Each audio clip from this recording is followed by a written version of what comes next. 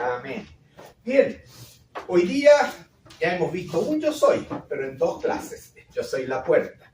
Y yo creo que va a suceder lo mismo con este segundo yo soy, que es un versículo muy conocido, Juan 14:6. ¿Ya? Yo soy el camino y la verdad y la vida. Nadie viene al Padre sino por mí. ¿Ya? Juan 14:6. Quizás es uno de los más conocidos de toda la gente, junto con Juan 3:16, porque de tal manera amó Dios al mundo que ha dado a su Hijo unigénito para que todo aquel que en él cree no se pierda, mas tenga vida eterna. ¿Quién no se sabe de memoria Juan 3:16? Yo creo que este es lo mismo. Ahora para ustedes les voy a pillar una pregunta. Ya ustedes ya se saben de memoria, me imagino, Juan 10:9, ¿no? Juan 10:9. ¿Qué dice Clavis? Yo soy la puerta. El que por mí entrare será salvo, y entrará y saldrá y hallará pasto. Vayan memorizando versículos, porque son versículos evangelísticos que deben impulsarlo a ustedes a compartir la palabra con aquel que no conoce al Señor, ¿ya? Muy bien, entonces el versículo hoy día es Juan 14:6. Otra tremenda declaración del Señor Jesús sobre su persona. Yo soy el camino, la verdad y la vida. Nadie viene al Padre sino por mí. Y vamos a seguir más o menos el mismo esquema de las clases anteriores. Es decir, primero veamos rápidamente, muy rápidamente, el contexto. Ya, ahí está. Luego vamos a ver qué es lo que entendió el auditorium que escuchó por primera vez esta aseveración del Señor.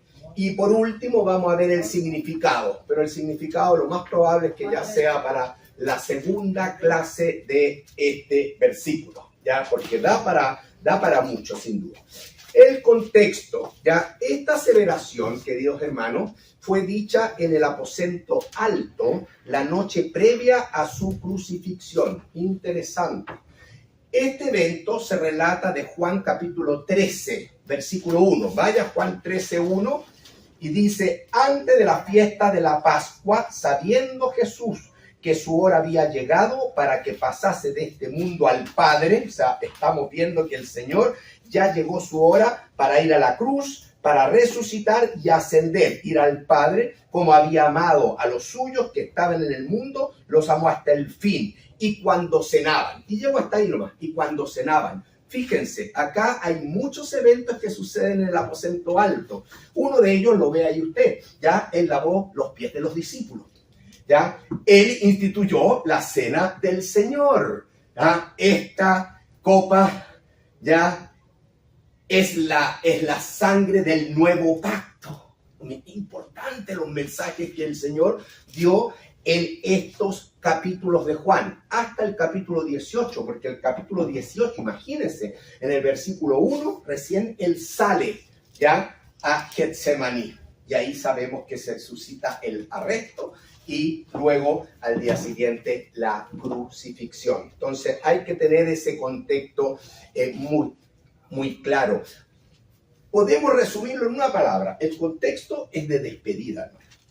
Él ha estado 3 años con sus discípulos y acá el contexto general, amén, de dejar mucha información, ¿no es verdad? La gran oración del capítulo 17, etcétera, etcétera. Pero el contexto es que yo voy al Padre. O sea, entonces uno siente el golpe. Se va de mí mi maestro.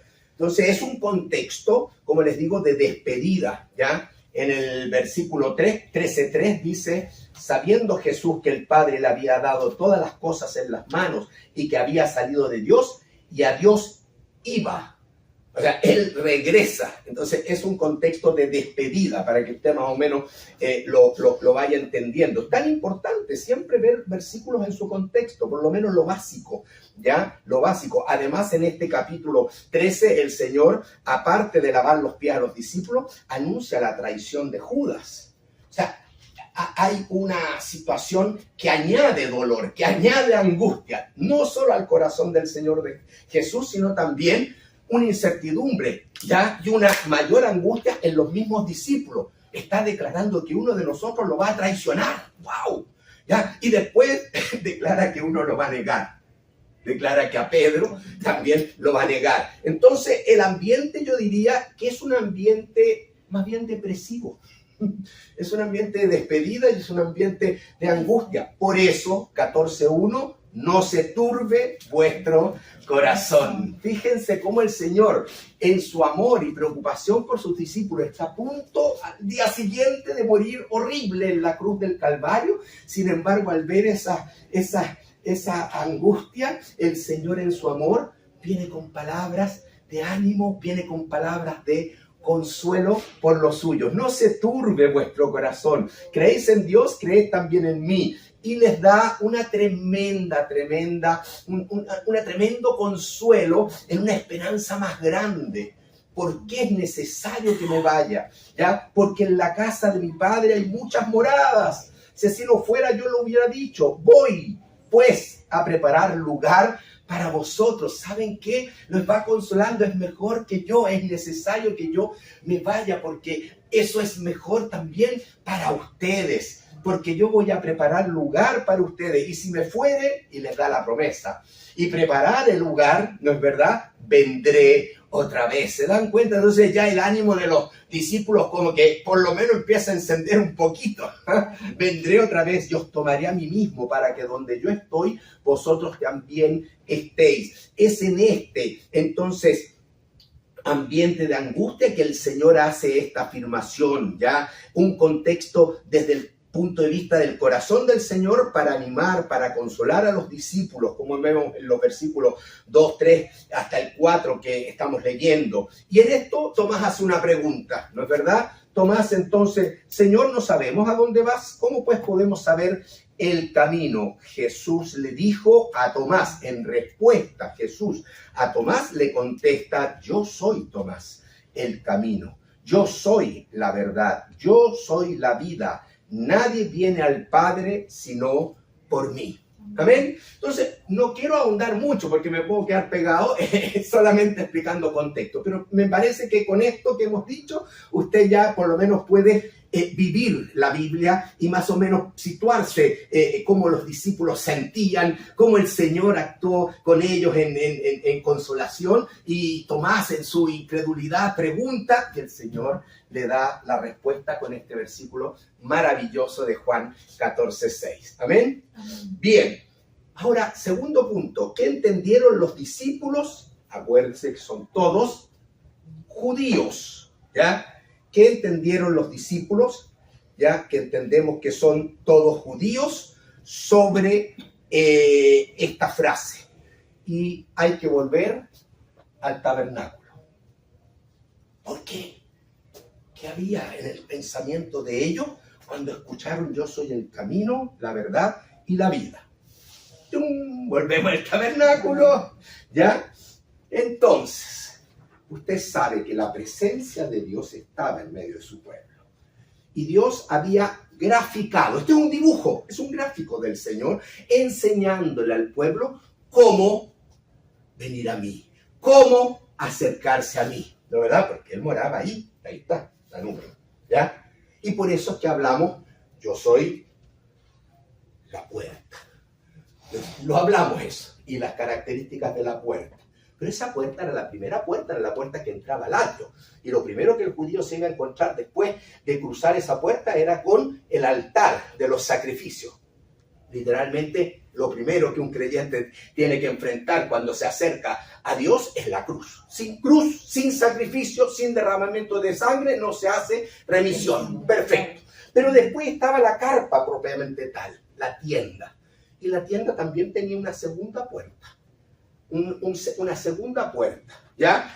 En la cual entraban los sacerdotes al lugar santo. Pero el lugar santo, ya aquí falta la puerta del lugar santo, se sacó la cortina, pero también había una separación para entrar al lugar santísimo, donde entraba el sumo sacerdote y solamente una vez al año. Ese es el velo, ese velo que se rasgó de arriba abajo cuando el Señor Jesús murió, diciendo, ahora todos pueden entrar por el sacrificio de Cristo, por la fe en su obra consumada, a la presencia de Dios. Amén. Entonces habían tres, llamémosles cortinas, tres velos, ¿ya? La del atrio, la que entraba al lugar santo, a la tienda, y la que del lugar santo pasaba, solamente el sumo sacerdote una vez al año, al lugar santísimo. Todas tenían los 4 colores, ¿se acuerdan? ¿Ya? Pero el último, el velo, además tenía querubines. ¿Por qué? Porque los ángeles de la presencia, los ángeles de la protección, de la santidad de Dios. ¿Dónde? Donde el Señor moraba, en el arca del testimonio, porque ahí había un mueble que era el arca. Ya, le dejo estos dibujos, si quieren los van corriendo ahí, ese es el vertical. Ahora, ¿por qué hablé ahora yo de las 3 cortinas, de las 3 puertas? ¿Por qué? ¿Qué tiene que ver con este versículo, Juan 14:6? Pues muy simple, muy simple. Los judíos llamaban a la primera cortina el camino, a la segunda la verdad, y al velo, a la tercera, la vida. Ahí está. Entonces, cuando ellos escuchan, yo soy el camino, ellos inmediatamente van al tabernáculo. ¡Wow! Él es la primera puerta de separación para acceder al Padre, pero Él también es la verdad y Él es la vida. Solo por Jesús se puede entrar al Padre. Por eso es que concluye con la frase, nadie viene al Padre sino por mí. Nadie puede entrar a la presencia de Dios si no es por mí, porque yo soy las 3. Los 3 pasadizos, las 3 barreras que hay que pasar para entrar a la presencia de Dios. Los 3 velos, si quieren, las 3 puertas, ¿ok? Yo soy el camino, la verdad y la vida. Eso es lo primero que entendieron los judíos, porque el nombre con que los judíos llamaban a estas 3 puertas o cortinas era el camino, la verdad y la vida. Amén. ¿Le queda claro? Va metiéndose un poquito en el pensamiento del hebreo que recibió esta aseveración. Y Cristo dijo, yo soy. Yo soy. ¿Ya? Él no dijo, yo les voy a mostrar el camino. Él no les dijo, yo les voy a señalar el camino o la senda para llegar a Dios.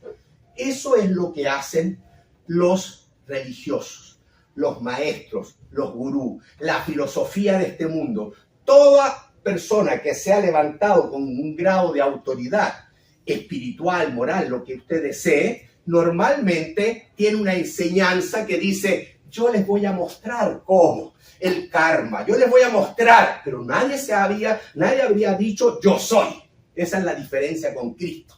Por eso que Cristo no es uno más, no es Mahoma, no se puede comparar con nadie, porque todos ellos tienen esa enseñanza de mostrar la senda, mostrar la guía. Pero Cristo dice, yo soy. ¿Ya? Y el judío lo entendió claramente. Por eso también él no dice, ¿ya? Yo les voy a mostrar cuál es la verdad. Yo les voy a enseñar la verdad. Él no vino a enseñar la verdad ni a mostrar la verdad. Él dijo, yo soy la verdad. Es una diferencia enorme. Y termino porque tampoco él dijo, miren, yo les voy a mostrar cuál es la vida. Cómo yo veo la vida, cómo se debe vivir. Sí, pero en un sentido él va mucho más allá porque él dice, yo soy la vida. Qué tremenda aseveración. Y le digo, más tremenda en la mente de esos judíos que escucharon estas 3 aseveraciones.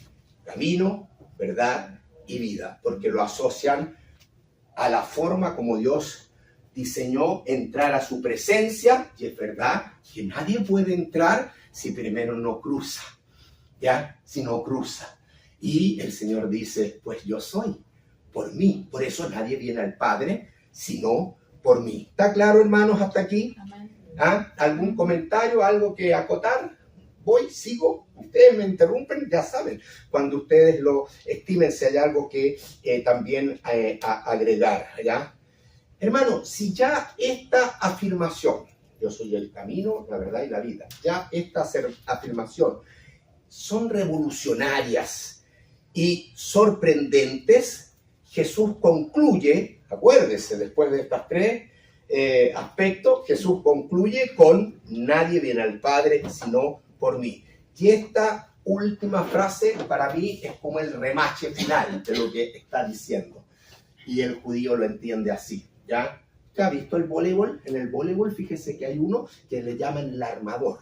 Y el armador tiene por costumbre o por trabajo dejar que la pelotita quede en la mejor perfecta posición sobre la red para que el centro delantero venga, ¡pah! Y pegue el remacho. Esa frase es el remache. Yo soy el camino, la verdad y la vida, y el Señor dice, nadie viene al Padre, sino por mí. Una aseveración tremendamente autoritaria, para no dejar ningún lugar a duda. Pero por eso quizás sería que ellos estaban todos turbados, porque Tomás y Felipe estaban todos revueltos ahí. Por supuesto. Por eso, ahora yo entiendo también, gracias. Claro, y de hecho siguieron así medios perturbados los hermanos mismos de Jesús, que teniéndolo y viviendo en la misma casa con él, nunca lo reconocieron hasta que él resucitó.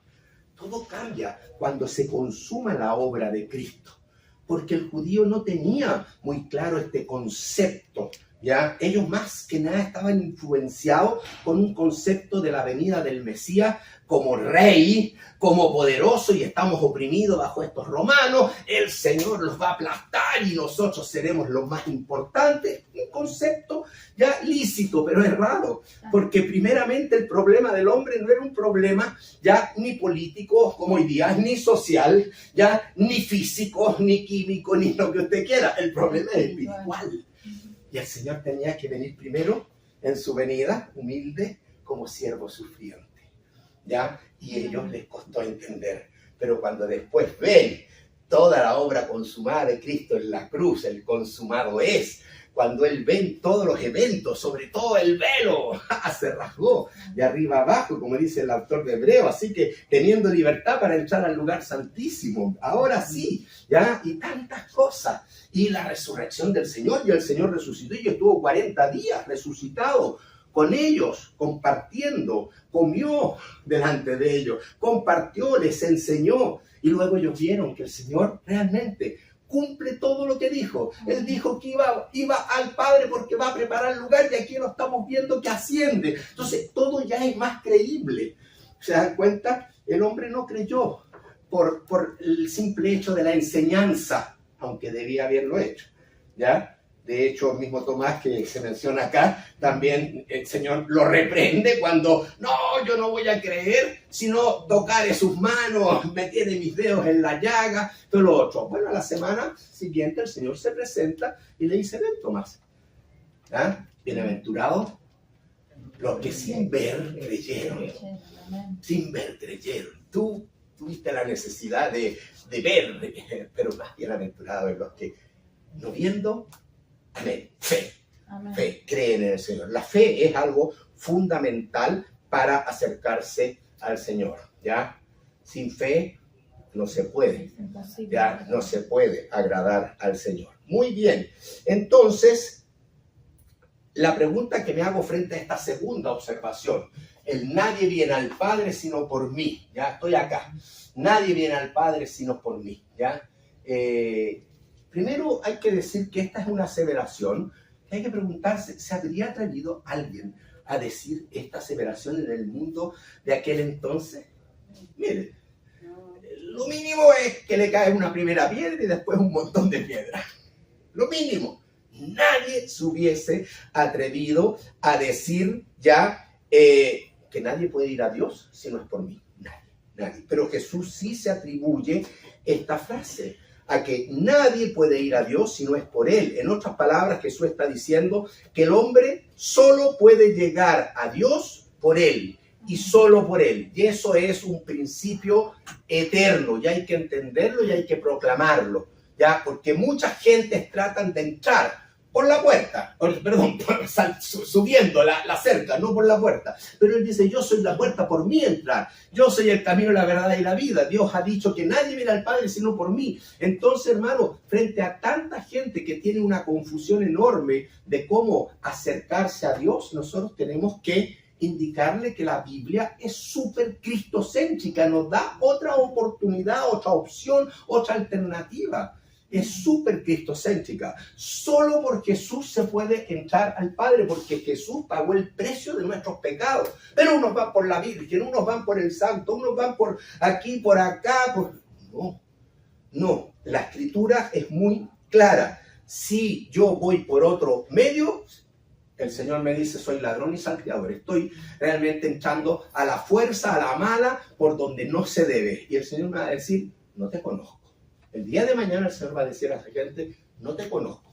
Apartaos de mí, hacedores de maldad. Porque yo vine, yo enseñé, yo soy el que dio su vida por ti, yo mostré todo mi amor, yo soy el Dios todopoderoso que resucitó, soy yo el Dios que prepara lugar para los que me creen. Y el que cree en Él tiene vida eterna. Así dice la Escritura. No es una cosa que digo yo, es la palabra del Señor. Así que o nos regimos por la palabra del Señor, o si no, vamos a seguir tratando de alcanzar como a tienta, medio a ciega, medio a golpe, abrazar a Dios en nuestra fuerza. Es imposible, vas a fracasar. Y eso también hay que plantearlo a todo aquel que a lo mejor teniendo honestidad por buscar a Dios, no muchos desean hoy día buscar a Dios, el hombre está muy antagónico a Dios, pero aún así nosotros con amor tenemos que compartir el Evangelio. Y estas son clases para Evangelio, son para que nos preparemos para compartir. Pero también nos trae hacia colación que el Señor se reúne con nosotros, Él nos busca, y ahí donde nosotros estamos, en ese momento, porque mucha gente quiere limpiarse para llegar al Señor, pero el Señor usó, porque no sabía esa parte, y gracias, hermano, usó el tabernáculo, que ellos, para ellos era lo máximo. Y entonces el Señor está diciendo, yo soy ahora mismo ese tabernáculo que ustedes, para llegar ahí donde está Dios, tienen que pasar esas 3 puertas. Y ahí yo me reúno con ustedes y ahí está Dios. Y yo soy Dios. El Señor quiere tener esa relación con nosotros. Es lindo. Y el modelo del tabernáculo, que yo lo llevo al primer modelo, después se replicó en el templo. El templo sigue más o menos el mismo modelo, pero en construcción fija. El tabernáculo era movible por el tiempo en que ellos estaban, digamos, peregrinando por el desierto. Pero todo hablaba de Cristo. Yo con esta clase, yo me estoy animando el día de mañana, si alguien quiere una clase a fondo de tabernáculo con lujo de detalle, podemos darla, porque es un tema apasionante ver cómo Dios ha hablado en todo, las pieles de tejón, el color tiene una representación, todo tiene una representación, todos los muebles, cada detalle, todo tiene algo que decir del Señor Jesucristo. Y cuando uno lo logra entender, la verdad es que uno cae a los pies del Señor a adorar, no queda otra, porque ahí inmediatamente uno dice, este libro no lo pudo haber escrito un hombre. No pudo haberlo escrito un hombre. Este libro lo escribe Dios y tu fe se cimienta mucho más. ¿Entiendes? Porque imposible. Y le das gracias al Señor por haberte revelado, por haberte compartido. Si Él podría haberse olvidado. Él no nos necesita, somos nosotros. Pero Él nos ama. Amén. Muy bien. Una pregunta. Sí. Yo estuve hace bastantes años, en el 2008, nos llevaron por la iglesia donde yo estaba, nos llevaron a dar un viaje al ¿cómo se llama este lugar? Está en Tampa. Tierra Santa. Holy Land, sí, Tierra Santa.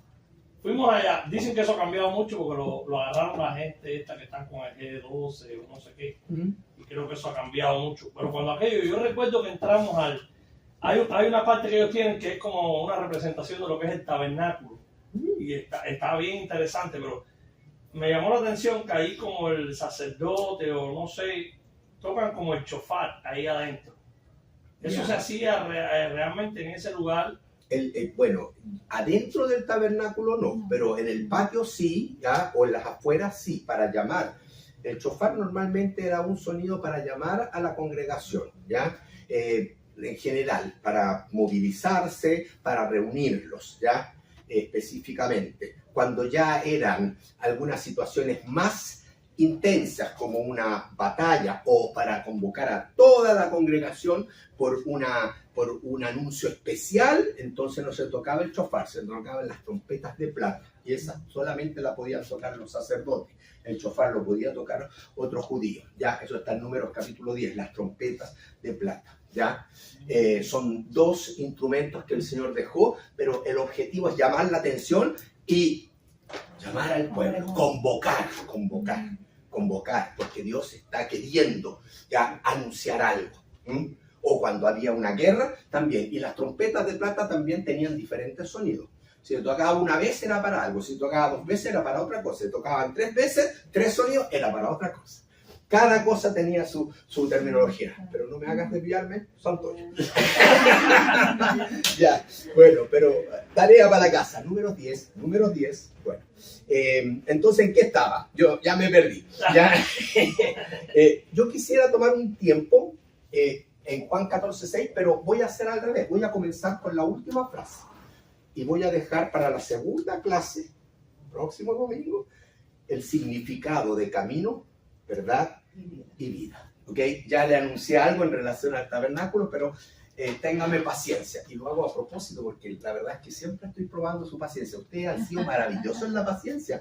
Aguantaron 7 introducciones. Ningún curso da 7 introducciones. Con suerte 1 o 2 y luego da el tema. Y ustedes perseveraron 7 introducciones para llegar recién a donde estamos. Así que los felicito. Muy bien. Entonces, vamos a analizar, quisiera comenzar analizando esta última frase. Nadie viene al Padre sino por mí. Lo primero que hay que preguntarse, lo tengo ahí, ¿es bíblico lo que dice Jesús? ¿Es bíblico? Me hago esa pregunta. ¿Está de acuerdo con la Escritura esta aseveración de Cristo? ¿Por qué hay que hacérsela? ¿Saben por qué? Porque yo podría decir esta frase, la está diciendo de su propio interior. El Señor lo puede estar diciendo en un estado prácticamente de deliria, con deliria de grandeza, esto, lo otro. Yo puedo poner en duda eso. Entonces, qué importante es que frente a cualquier, como Tomás, que era bien dubitativo, yo no sé cómo es usted, pero espero que no sea como Tomás, pero si lo fuera, aún tiene el derecho, hasta Dios le dice, ya perfecto, cuestióname, ¿ya?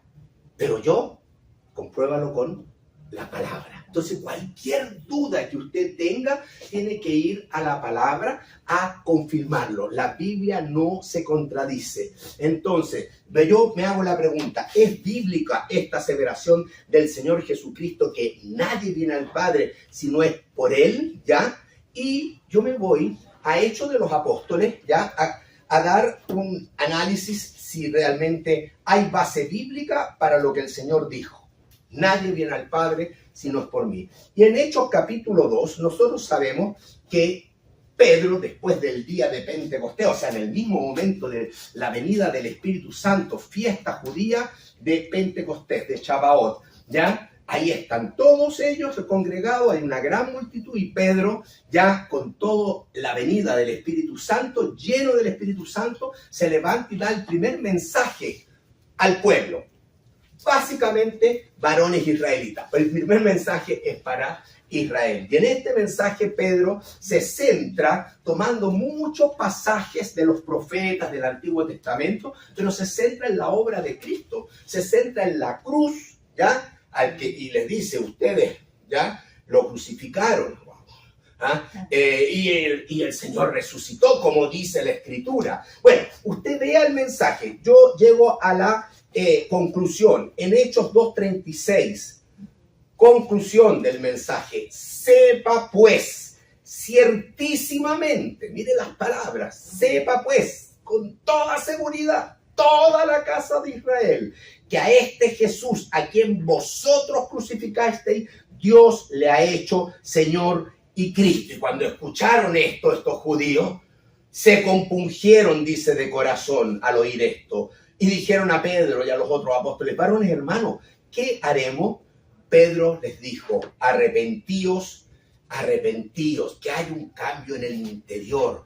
Y manifiesten luego con un bautismo que refleja realmente que van a comprometerse con el Señor, ya para el perdón de los pecados, y recibiréis el don del Espíritu Santo. Este primer mensaje fue poderoso. Y dice el versículo 41 que los que recibieron su palabra fueron bautizados, o sea, muchos, entonces creyeron en la palabra de Pedro, en la palabra del Señor, y aceptaron a Cristo, se arrepintieron, confesaron sus pecados, se bautizaron y se añadieron aquel día como 3,000 personas. Y nace la iglesia, el organismo vivo. Este es el inicio de lo que hoy día estamos viendo, hermano. Pero hace ya más de 2,000 años atrás. Maravilloso. Así comienza con como respuesta a este mensaje, la iglesia. ¿Cuál es el mensaje? Siempre cristocéntrico, la cruz, la resurrección. ¿Y el hombre qué tiene que hacer frente a esa verdad? Y eso tenemos que predicarlo hoy día: arrepentimiento, confesión y fe. Abrazar en fe el mensaje. Y entonces después bautízate para que sigas el discipulado, ya siguiendo a Cristo firme de todo corazón. Ese es el mensaje de la iglesia, el primer mensaje. Ahí nace la iglesia. Ya en capítulo 3, bien rápido, uno ve la sanidad de un cojo de nacimiento. Puede ver el versículo 2, que era 3:2, y era traído un hombre cojo de nacimiento, ya que lo ponían ahí en la puerta llamada La Hermosa para que pidiese limosna de todos los que entraban en el templo, ya. El versículo 9, este mismo pasaje, dice, bueno, para abreviar, Pedro y Juan que van ahí, él le pide dinero, él le dice, no tengo dinero, pero lo que tengo te doy. ¿Qué tienen? Tienen el poder del Señor, tienen la presencia del Señor.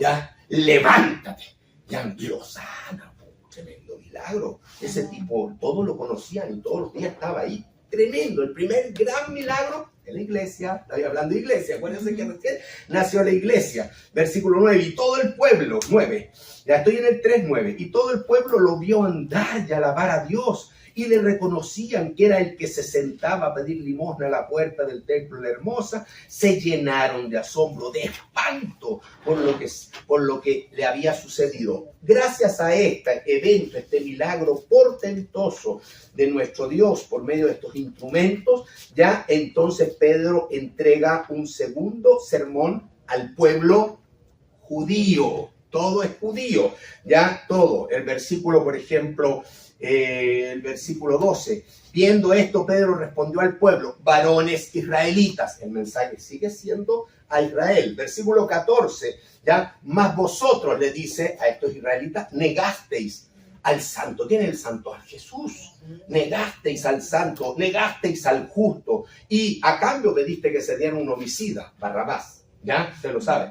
Y matasteis. Mira el mensaje. Hoy día somos tan suaves para predicar, ¿eh? No, es que se puede sentir. Aquí les da, pero con todo. Ustedes mataron al autor de la vida, a quien Dios ha resucitado de los muertos, la resurrección, de lo cual nosotros somos testigos. Y sigue ahí el mensaje, entonces, del apóstol Pedro, el segundo mensaje. Ahora, fruto de este... y el cierre de este segundo mensaje, el mismo del primero, versículo 19.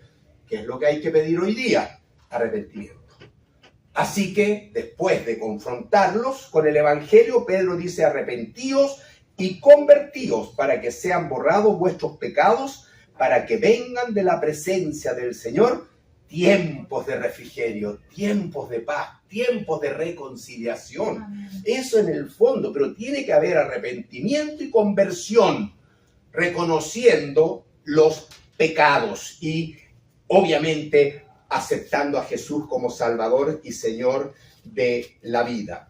Fruto de este, Pedro, fruto de este, gran milagro, entonces da un segundo mensaje, muy similar al primero. Pero ahora hay un testigo presencial que avala este mensaje. Y el testigo presencial, además de Cristo resucitado, es el poder del Espíritu Santo dado a sus hijos para hacer sanidad. Porque este cojo de nacimiento hoy día camina. Extraordinario. Entonces, ¿qué pasó? Pasó que aparecen en escena otras personas, los sacerdotes. Aparece el Sanedrín, aparecen los saduceos, versículo 1, ¿ya? Hablando ellos al pueblo mientras estaban en ese mensaje ahí, llegaron estos muchachos, sacerdotes, jefes de la guardia del templo, o sea, más o menos con armaditos, y los saduceos, resentidos de que enseñasen, resentidos. Fíjese lo que provoca el resentimiento, que enseñasen al pueblo. Va provocando repulsión, va provocando animadversión, ya de que anunciasen en Jesús la resurrección de entre los muertos. Bueno, echaron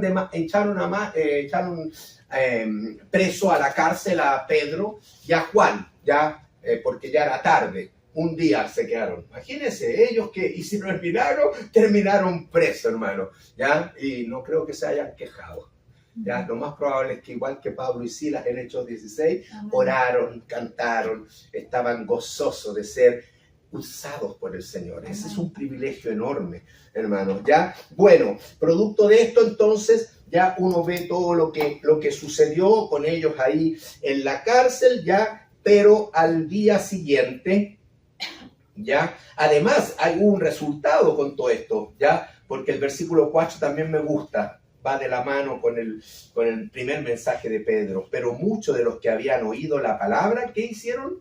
Creyeron. Y el número de los varones, ahora varones nomás, era como 5,000. Es decir, ¿qué crecimiento más explosivo el de la iglesia? Versículo 5, aconteció al día siguiente. Después de pasar una noche en la cárcel, al día siguiente los llamaron. Y viene el interrogatorio ahí. Ya en los versículos que sigue viene el interrogatorio de ellos. Ya que se reunieron en Jerusalén esos gobernantes ancianos y el sumo sacerdote Anás y Caifás, que tuvieron gran implicación en la muerte del Señor Jesús, junto a otros que eran familia de los sumos sacerdotes, y poniéndolo en medio le preguntaron: ¿con qué potestad, con qué poder, en qué nombre habéis hecho vosotros esto? ¿Qué cosa?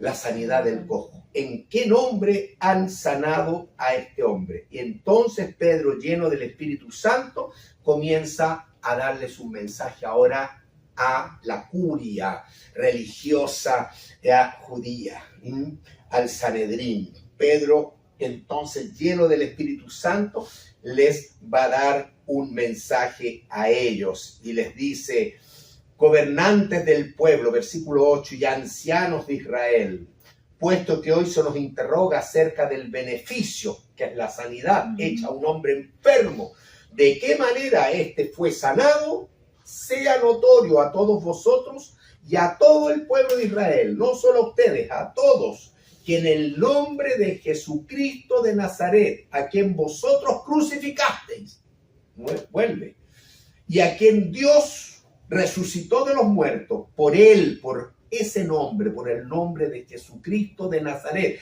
por el poder de ese hombre, Jesucristo de Nazaret, que Dios le resucitó de los muertos, ya por él este hombre está en vuestra presencia sano. Amén. Y le recuerda el Salmo 118. Más encima, Pedro, un pescador. Yo creo que lo deben haber mirado los sacerdotes con su vestimenta así como por debajo del hombro. Sí, pero tenía tremendo valor. Porque después de haber crucificado a Jesús, pudieron haberlo crucificado también o haberlo matado ahí mismo, porque defender a alguien que crucificaron, cuando esos sacerdotes no creían que era el Cristo de verdad, había que tener valor para enfrentar a esa gente. Claro, estaban llenos del Señor, con gran valor. A veces en el cristianismo, a veces uno siente que ya uno no tiene ni el valor porque puede pasar vergüenza. Y ellos estaban arriesgando la vida. Así que muy buena tu observación, Santo. Yo lo pongo como un paralelo, como un ejemplo. Claro, pero el Señor los protegía. ¿Ya? Y esta gente, aunque los quería matar, sin duda, no podía hacerlo porque sabían que el pueblo se le venía encima. Porque había una evidencia. Claro, había una evidencia. Entonces, también en esta etapa inicial, yo creo que el Sanedrín quedó lleno de interrogantes. Bueno, ¿qué está pasando acá? Nosotros somos en contra y si atentamos contra Jesús, tenemos que seguir en la nuestra y morir con nuestra verdad, que es un engaño, es una mentira. Y no lo iban a matar porque era el inicio de la iglesia también, y la iglesia tenía que echar para adelante. Amén. El evangelio. El Señor lo había dicho también, que el Señor protegía a los suyos, las puertas del Hades no prevalecerán contra la iglesia. Estaban haciendo la iglesia. Muy buena observación. Qué lindo como van también aportando, hermanos. Bueno, llegamos a el 11. Este Jesús es la piedra reprobada por vosotros, los edificadores, ustedes que son los encargados de dar la enseñanza al pueblo, pues ese Jesús fue reprobado y ustedes son los principales. causales de esa reprobación, la crucifixión, la cual Jesús ha venido a ser cabeza del ángulo. Y me detengo en el versículo 12.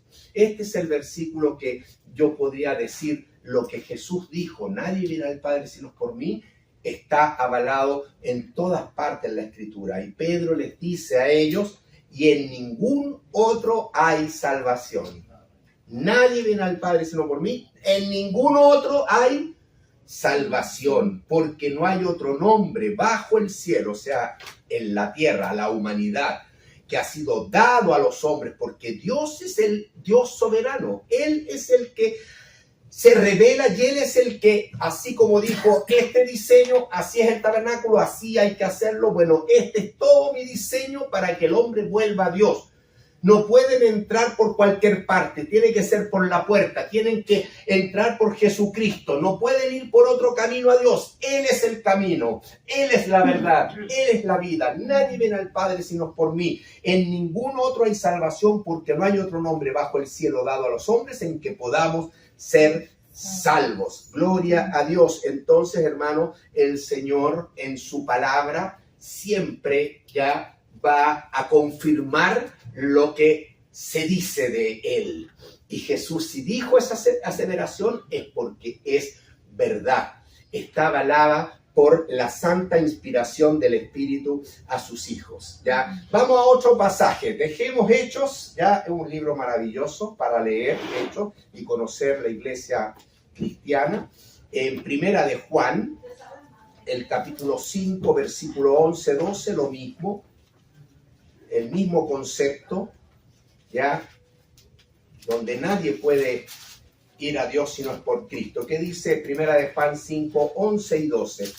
Si alguien lo quiere, lo puede leer. Él respondió, el que me ¿no? Primera de Juan.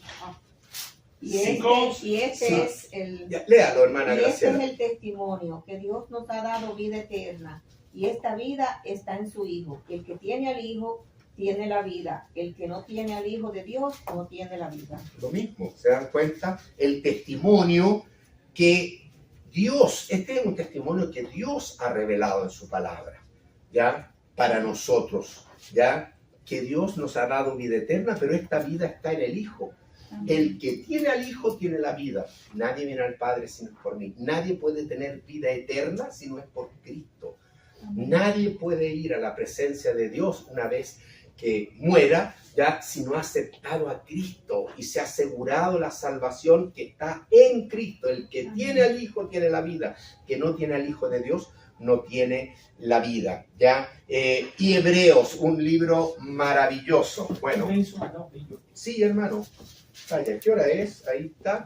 Ya, casi sí, ya. Ya, le damos 5 minutitos nomás y terminamos. Solamente en Hebreo.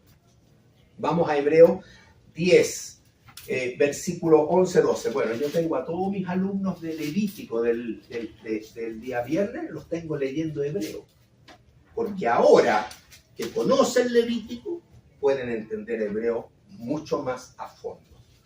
Mucho más a fondo. Así que extraordinario ya conocer Levítico, o fundamental conocer Levítico para conocer el libro de Hebreos. Amén. En Hebreos capítulo 10, el versículo 11 dice: y ciertamente todo sacerdote está día tras día ministrando y ofreciendo muchas veces los mismos sacrificios, ya eran los sacrificios de purificación, los sacrificios de restauración o de culpa, los holocaustos, las oblaciones y los sacrificios de paz, pero están siempre, como son 5 sacrificios, día tras día, ofreciendo los mismos sacrificios que nunca, y ahí está la insuficiencia de los sacrificios levíticos, que nunca pueden quitar los pecados. El sacrificio levítico no podía quitar el pecado. Lo máximo era una vez al año, el día de expiación, pero era por un año, ¿ya? Ok, luego había que volver a repetirlo. Pero Cristo, habiendo ofrecido una vez para siempre un solo sacrificio por los pecados, se asentaba a la diestra. Esa es la diferencia. Insuficiencia en los sacrificios de los corderos, de los carneros, de los becerros, de todos los días en el Antiguo Testamento. Pero Cristo ¿ya? Hizo un sacrificio, esos no pueden quitar, pero Él hizo un sacrificio una vez y para siempre, ¿ya? Como dice acá, ¿ya? Y se ha sentado a la diestra de Dios, es decir, el que quiere un perdón definitivo, completo, en base a arrepentimiento, confesión y fe, tiene que ser por Cristo, porque Él es el único sacrificio acepto por el Señor. Por eso dice el versículo 19, así que hermanos, teniendo libertad, le está hablando a los judíos, así que hermanos, teniendo libertad para entrar en el lugar santísimo. Antes no había libertad, entraba el puro sumo sacerdote una vez al año, pero ahora cada persona, cada judío, dado que la obra de Cristo está consumada, puede en fe venir a Cristo. Así que, hermanos, teniendo libertad para entrar a la misma presencia de Dios, lugar santísimo, la misma presencia de Dios, por la sangre, por el sacrificio de Cristo, por la sangre de Jesucristo, por el camino nuevo y vivo que Él nos abrió a través del velo, la vida que se rasgó, ¿ya? Acuérdense que Dios, cuando se comete el pecado de Adán y Eva, ¿ya? Él puso el último versículo del capítulo 3, que relata la caída. El último versículo del capítulo 3 termina diciendo, y Dios puso unos querubines y una espada ahí para que el hombre no tomara del árbol de la vida. La vida. El velo es la vida. ¿Ok? El hombre no puede por sí mismo llegar a salvarse. Tiene que venir por el Señor, ¿ya? Y el velo se rasgó porque era la vida, así se llamaba el velo, la vida. Ahora puedes entrar a la vida eterna libremente por medio del sacrificio de Cristo. Esto es por el camino nuevo, vivo que Él nos abrió a través del velo, el que se rasgó. Esto es de su carne, o sea, velo roto, carne rota, que es la carne de mi Señor. Él desgarró su carne por amor a ti y a mí, y solo por Él se puede entrar a la presencia del Señor.